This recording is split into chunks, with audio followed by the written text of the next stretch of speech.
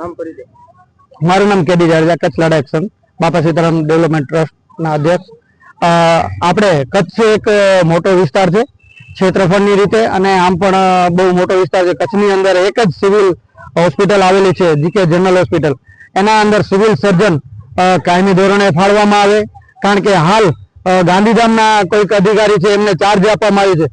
કચ્છની અંદર પશ્ચિમ પૂર્વ બે જિલ્લા છે, એ રીતે પૂર્વ કચ્છ પશ્ચિમ કચ્છ છે, તો એ બહુ મોટો વિસ્તાર છે.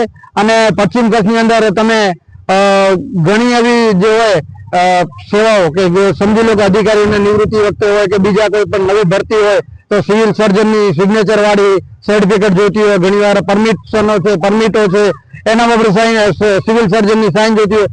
તો જીકે જનરલની મુલાકાત લેતા ત્યાં એમના સિવિલ સર્જન ટાઈમ ઉપર હાજર નથી હોતા, અને જે ચાર્જ છે એ ચાર્જ વાળા છે, એટલે એને કોઈ પર્ટિક્યુલર જવાબદાર પર્સન નથી. તો મારો આપના ચેનલના માધ્યમથી સરકારશ્રીને કેવું છે, અને જેમ બને તેમ જલ્દી કચ્છ જિલ્લાને પશ્ચિમ જીકે જનરલની અંદર સિવિલ સર્જન કાયમી ધોરણે આપવામાં આવે, જેના કારણે પબ્લિકને હાલાકી ભોગવવામાં આવે છે. ઘણી વસ્તુ એવી છે કે જે હવે અંધ અપંગ છે, વિકલાંગો છે, એમના પણ સર્ટિફિકેટમાં સિવિલ સર્જનની સાઇન આવતી હોય તો એ કદાચ ચલો પરમિશન વાળા છે કે બીજા જેની જરૂરિયાત છે એ લોકો કદાચ એકવાર બે વાર આવશે, ધક્કા ખાશે, એને કોઈ ફરક નથી પડતો. પણ વિકલાંગો છે બેન, ખાસ કરીને કે કચ્છની અંદર ઘણી એવી સંસ્થાઓ છે, ઘણા વિકલાંગ લોકો પોતે પણ અહીંયા આવીને સિવિલ સર્જનની સાઇન માટે લાઈનમાં ઉભા રહે છે.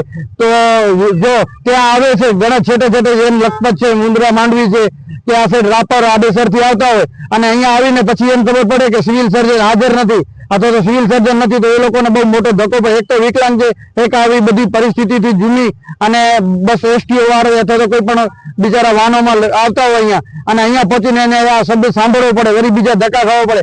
આવા ધક્કા ન ખાવા પડે એટલે મારો આપના માધ્યમથી તંત્રને ધ્યાન દોરવું છે, અને તંત્રને કહેવા માંગુ છું કે તાત્કાલિક ધોરણે જીકે જનરલમાં સિવિલ સર્જનની ફાળવણી કરવામાં આવે, જેના કારણે લોકોને જે હાલાકી ભોગવવી પડે છે ન ભોગવવી પડે.